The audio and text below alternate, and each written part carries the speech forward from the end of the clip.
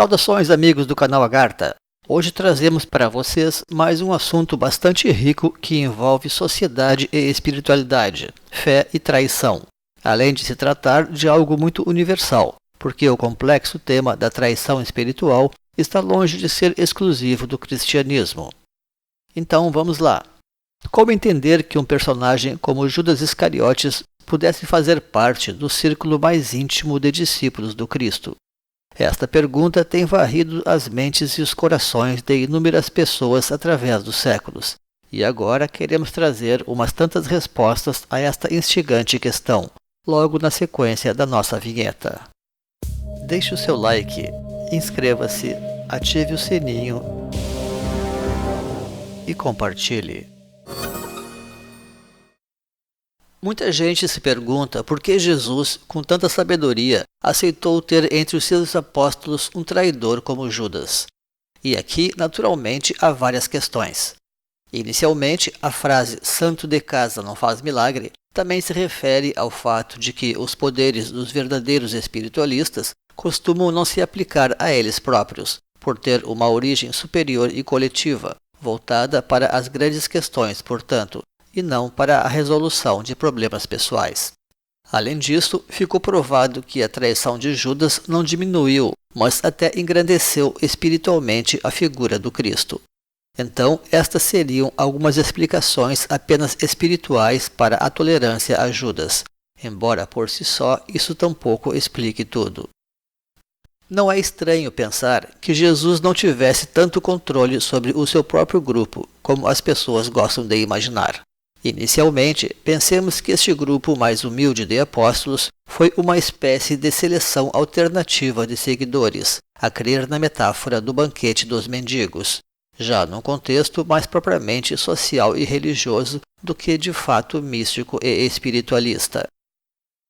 A princípio, os escolhidos deveriam ser, teoricamente falando, pessoas com uma formação intelectual e espiritual mais avançada, digamos assim.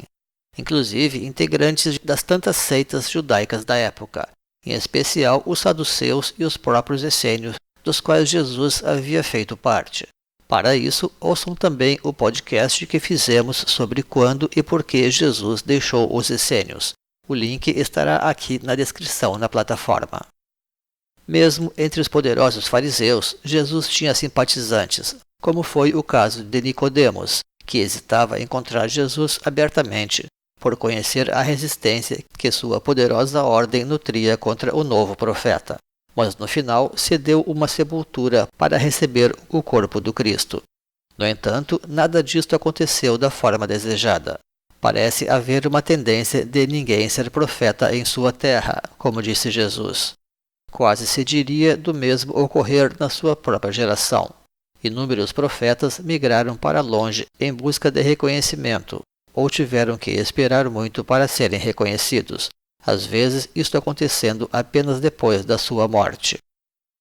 Não ocorrendo isto, Jesus apelou então para as pessoas mais humildes do povo, aqueles que careciam nitidamente de oportunidades sociais.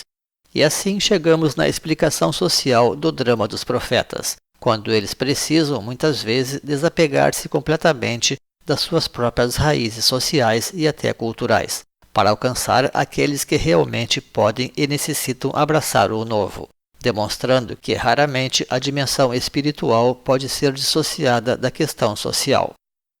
Conta a tradição que o Buda estava para desistir de pregar seus conhecimentos, julgando que o seu ensinamento era sutil demais para a humanidade. Foi então que o deus Brahma lhe apareceu, convencendo-o a persistir. Brahma está relacionado à sociedade, e o Buda começou a investir também na questão social, criticando a rígida estratificação social indiana, por exemplo. Ainda assim, sua pregação começou no extremo sul do subcontinente, onde achava-se a população mais simples e carente. Outro tanto seria realizado pela liderança jainista contemporânea, Mahavira. Remonta a esta época as primeiras repúblicas da Índia, tão antigas e longevas como as de Roma e Grécia do mesmo período, e cujos dirigentes eram seguidores destes grandes representantes espirituais. A época era realmente favorável para repúblicas no mundo, por achar-se em ascensão ali uma ampla burguesia liberal, anunciando daí importantes transformações na cultura mundial. Jesus não fomentou repúblicas, mas sua obra espiritual estendida ajudou a derrubar impérios. As sociedades criadas em torno da sua herança não permitiram que Roma se reerguesse no Ocidente, migrando então o império no rumo do Oriente Greco-Bizantino, região que possuía, afinal, uma tradição monarquista muito antiga e arraigada, e valeria a pena investir naquela vasta área que fora preparada desde séculos antes pelas pregações de São Paulo. Tudo para que na Europa pudesse florescer então uma sociedade profundamente religiosa, amparada simplesmente pela economia feudal de subsistência, coisas que a modernidade busca todavia depreciar como pode, no seu afã de valorizar apenas a cultura liberal e os sistemas produtivos de massa. Então, estes contextos de transição denunciam a dificuldade de modificar espiritualmente sistemas cristalizados, demandando uma ação social paralela. Existe uma frase do sábio francês Serge Renan de la Ferrière, onde ele diz preferir discípulos humildes do que seguidores sábios, porque a sabedoria ele mesmo lhes pode outorgar, mas a modéstia não. Pois com isso se teria um equilíbrio, um corpo completo, e não uma disputa de visões de mundo como costuma acontecer quando indivíduos supostamente sábios se aproximam entre si. Em certos contextos filosóficos avançados, como o hindu e o grego clássicos, se alcançou organizar grandes debates tendo em vista a busca de verdades maiores, de modo que os perdedores deveriam passar a ser discípulos dos vencedores. Não que se questione a legitimidade de óticas paralelas ou alternativas. Contudo, também se acredita haver uma certa hierarquia entre elas, em função da sua abrangência, por exemplo, tal como no conceito teológico do enoteísmo. Então, este é um recurso de sociedades filosóficas organizadas e responsáveis diante da verdade espiritual e consciente da própria unidade da sociedade. Tais sociedades são tão civilizadas que os próprios deuses assumem perturbadoras feições humanas. E com isto mencionamos, pois, os dois aspectos principais dos dramas das grandes missões, que são o social e o espiritual. Na sequência, passaremos a analisar mais detalhadamente o contexto histórico e social de Jesus, demonstrando também que os fatos ocorridos estão muito longe de ser uma particularidade daquela sociedade em especial. Judas Iscariotes poderia muito bem ser uma figura que gozava de certa popularidade no seu meio, sendo visto também por alguns, certamente de forma ingênua e amadora, como alguém que fazia uma ponte com os famosos movimentos sociais, quando, na verdade, ele poderia ser considerado quase como um infiltrado, mais ou menos mal intencionado, no próprio grupo apostólico. Para certos apóstolos, ele seria tido, porém, como alguém influente nos meios sociais e que também se esforçava pela causa de Jesus, embora com intenções muito particulares para adquirir confiança e proeminência entre os apóstolos, não faltando o desejo de manipular as coisas e o próprio mestre a todo e a qualquer custo, quero dizer, uma daquelas criaturas obstinadas com nítida vocação de iminência parda. Por isso ele estava sempre pronto para julgar e criticar Jesus. Por que você aceita usar estes óleos caros? Venda e dê aos pobres, dizia. Ele, inclusive, usou este pretexto para tentar difamar o mestre perante outros discípulos, já preparando-se para decidir pela traição. Judas Iscariotes era o tesoureiro do grupo, mas considerado um ladrão no Evangelho de São João, para quem ele ficou frustrado por não ter mais dinheiro para roubar através da venda do perfume dado por Maria de Betsebeia. Mas também porque andasse já em busca de pretextos para fazer a sua traição, seja para receber o dinheiro dos fariseus, seja para pressionar Jesus a assumir uma posição política mais forte, além de nutrir uma evidente inveja da popularidade do mestre. Existem sabidamente aquelas pessoas híbridas ou indefinidas que se pode dizer possuir dois corações. Não obstante, não se tratar aqui de Judas, porque este simplesmente não tinha nenhum coração. Ao atuar socialmente, seria inevitável que Jesus se deparasse diretamente com todas as intrigas, distorções e perversidades que costumam povoar o ambiente político e do poder, mesmo que o mestre jamais estivesse em busca disto, como tratou de declarar algumas tantas vezes. Jesus foi enfático quanto às dificuldades de alguém ser rico e espiritualizado. Talvez apenas não tenha deixado tão claro sobre as dificuldades de alguém ser um revolucionário e um autêntico espiritualista.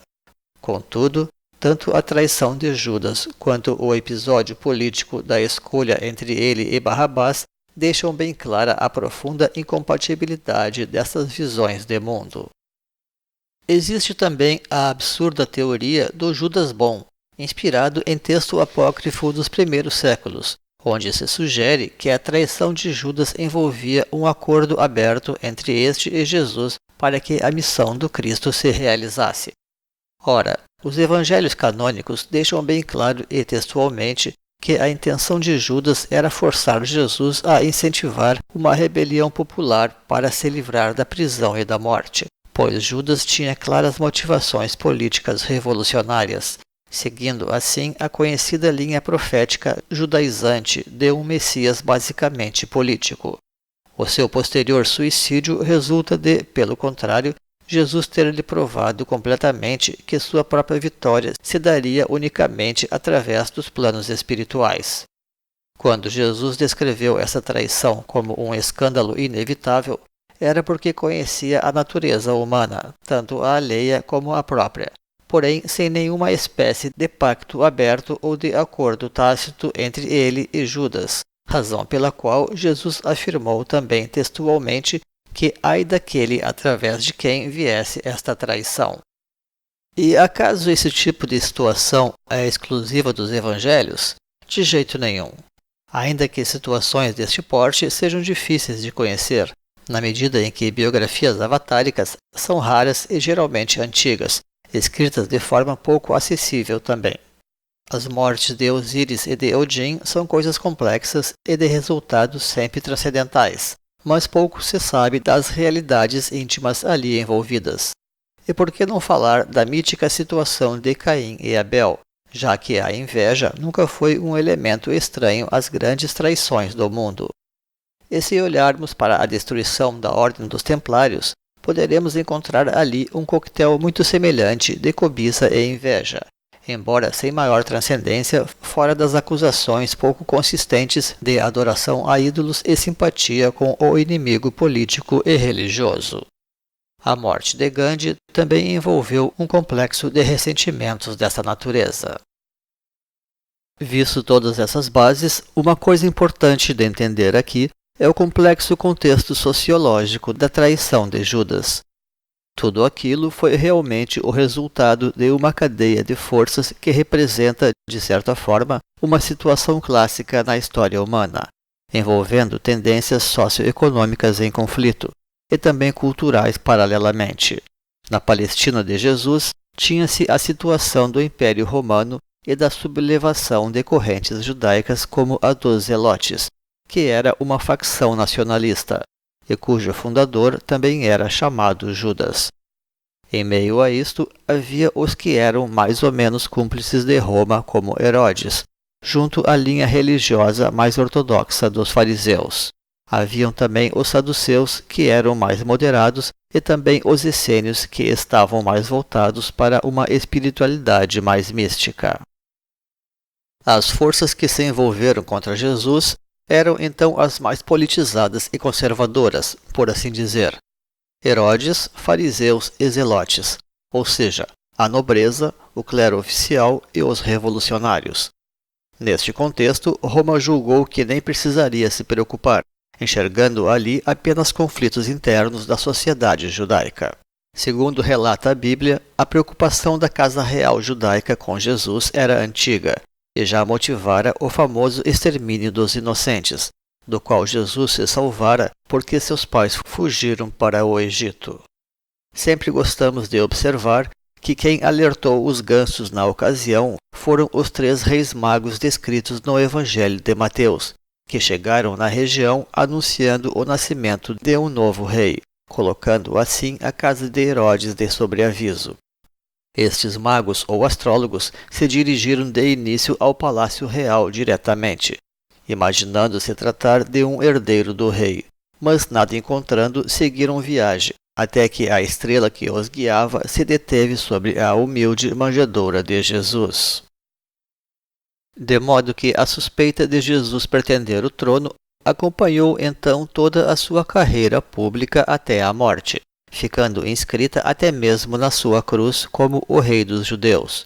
Em certa ocasião, Jesus até declarou que seu reino não era deste mundo, numa referência direta a este contexto político mais mundano, ao qual sempre negou com veemência.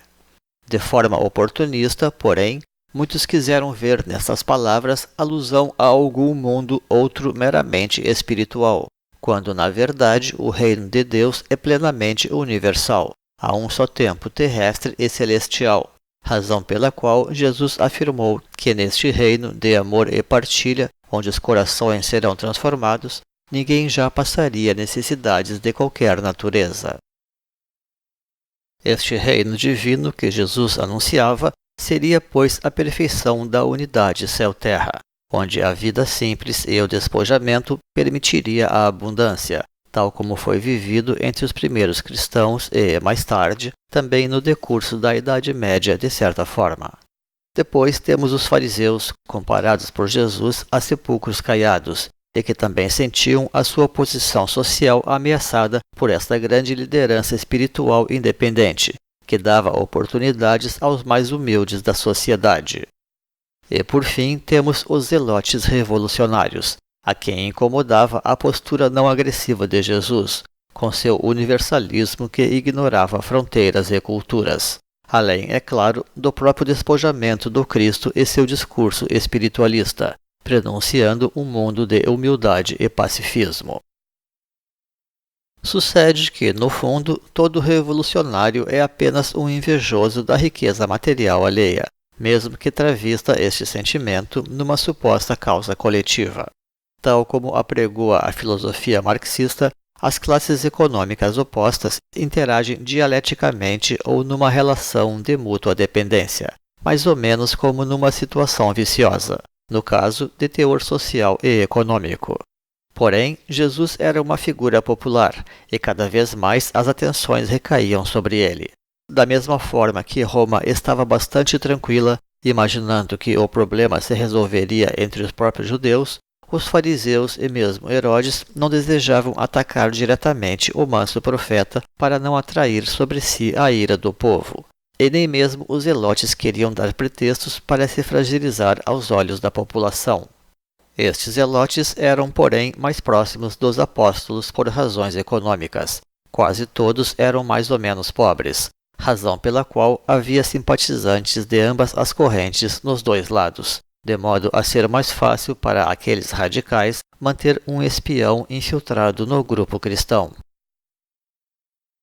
Por esta razão, os poderosos sabiam que, mais cedo ou mais tarde, a ignorância característica das forças revolucionárias trataria de fazer o trabalho sujo que todas aquelas correntes conflituosas no fundo almejavam. Bastava para isso haver um pretexto, uma oportunidade, que veio inicialmente através da traição de Judas e depois com o dia do perdão de um condenado à morte, beneficiando o líder zelote Barrabás, aclamado por uma turba programada pelo partido para este fim, condenando à morte então o próprio Cristo. A título de conclusão, observemos então algumas das consequências sociais da condenação de Jesus sobre aquela sociedade judaica. O nome do traidor Judas remete igualmente aos judeus, o povo de Judá ou da Judéia. Acaso a sentença de Jesus, ai daquele pelo qual vem a traição, poderia ser estendida a todo o povo onde ele nasceu, este povo que jamais aceitou a sua missão até os nossos dias? Tal coisa não seria estranha de imaginar, Afinal, os antigos profetas hebreus sempre alertaram o seu povo que sua liberdade dependia inteiramente da fidelidade ao seu próprio Deus. Busquemos então seguir uma certa linha de tempo em torno dos fatos da época. Barrabás foi solto e Cristo foi morto. A seita Zelote teve seu líder de volta e a seita cristã teve o seu líder sacrificado. Embora Jesus tenha ressuscitado, ele não retornou plenamente à missão pública. O cristianismo não terminou com Jesus, porém deixou de expandir-se entre os judeus, e com isto quem se fortaleceu ali foram os próprios revolucionários. Durante sua estada em Jerusalém, Jesus profetizou a destruição do templo. E com efeito, após sua morte, o templo foi destruído pela última vez, assim como toda a cidade de Jerusalém, após fortes ondas de rebeldias contra Roma e seu povo disperso pelo mundo. Quer dizer, Israel simplesmente desapareceu do mapa. Cumpriu-se assim cabalmente a sentença de Jesus, pela qual toda nação dividida sobre si perecerá. Mesmo hoje, este quadro social e cultural sobrevive e se reproduz, aqui e alhures, jogando as sociedades mergulhadas em dualismos fraticidas em situações instáveis e ameaçadoras. De modo que a verdadeira mensagem de Jesus continua vivíssima, servindo de recado sobretudo para as nações complexas e em formação como é o Brasil. Pois onde houver conflito social, tudo isto estará latente. E naquelas nações assinaladas por Deus, então ele poderá se repetir com muita plenitude. Vemos daí como tantos insistem hoje em negar a historicidade de Jesus e até refutar a necessidade de novos mensageiros com missões semelhantes. São, pois, como falsos sábios que renegam os verdadeiros profetas, e falsos instrutores que recusam os mestres reais, apenas para criar confusão e atrair para si as atenções, exatamente como a serpente tentadora que levou a humanidade à expulsão do paraíso. Novamente, a revelação do Dharma encontrará resistências de toda a ordem, e irá se deparar com pessoas infiltradas nos grupos proféticos ou de nova era, os quais, por estarem ainda impregnados pelo hibridismo cultural, não têm maturidade suficiente para produzir linhas filosóficas puras, e nem para depurar os seus próprios quadros, num círculo vicioso, complexo e sacrificado. São coisas, enfim, anunciadas nas próprias profecias do Oriente, como aquelas que falam da chegada do Buda Maitreya e do Kalki Avatar, os quais serão negados por sua própria geração, até que este mundo sofrido e devastado desperte para a necessidade de uma grande luz, assim como da unidade e da renovação que eles trazem. E com isto encerramos esta apresentação. Tudo o que fizemos foi aprofundar aquilo que a própria Bíblia coloca, enriquecido pela observação da natureza humana, das complexidades sociais e do multiculturalismo.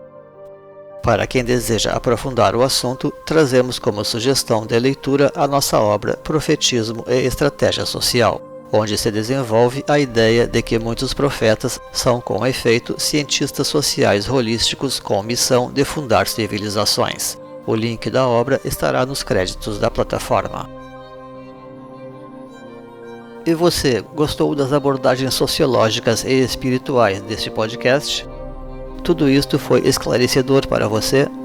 Coloque suas dúvidas, críticas e opiniões nos comentários para podermos dar prosseguimento a este diálogo. Certamente você também tem algo a dizer sobre este assunto. E até uma outra oportunidade neste canal. Paz.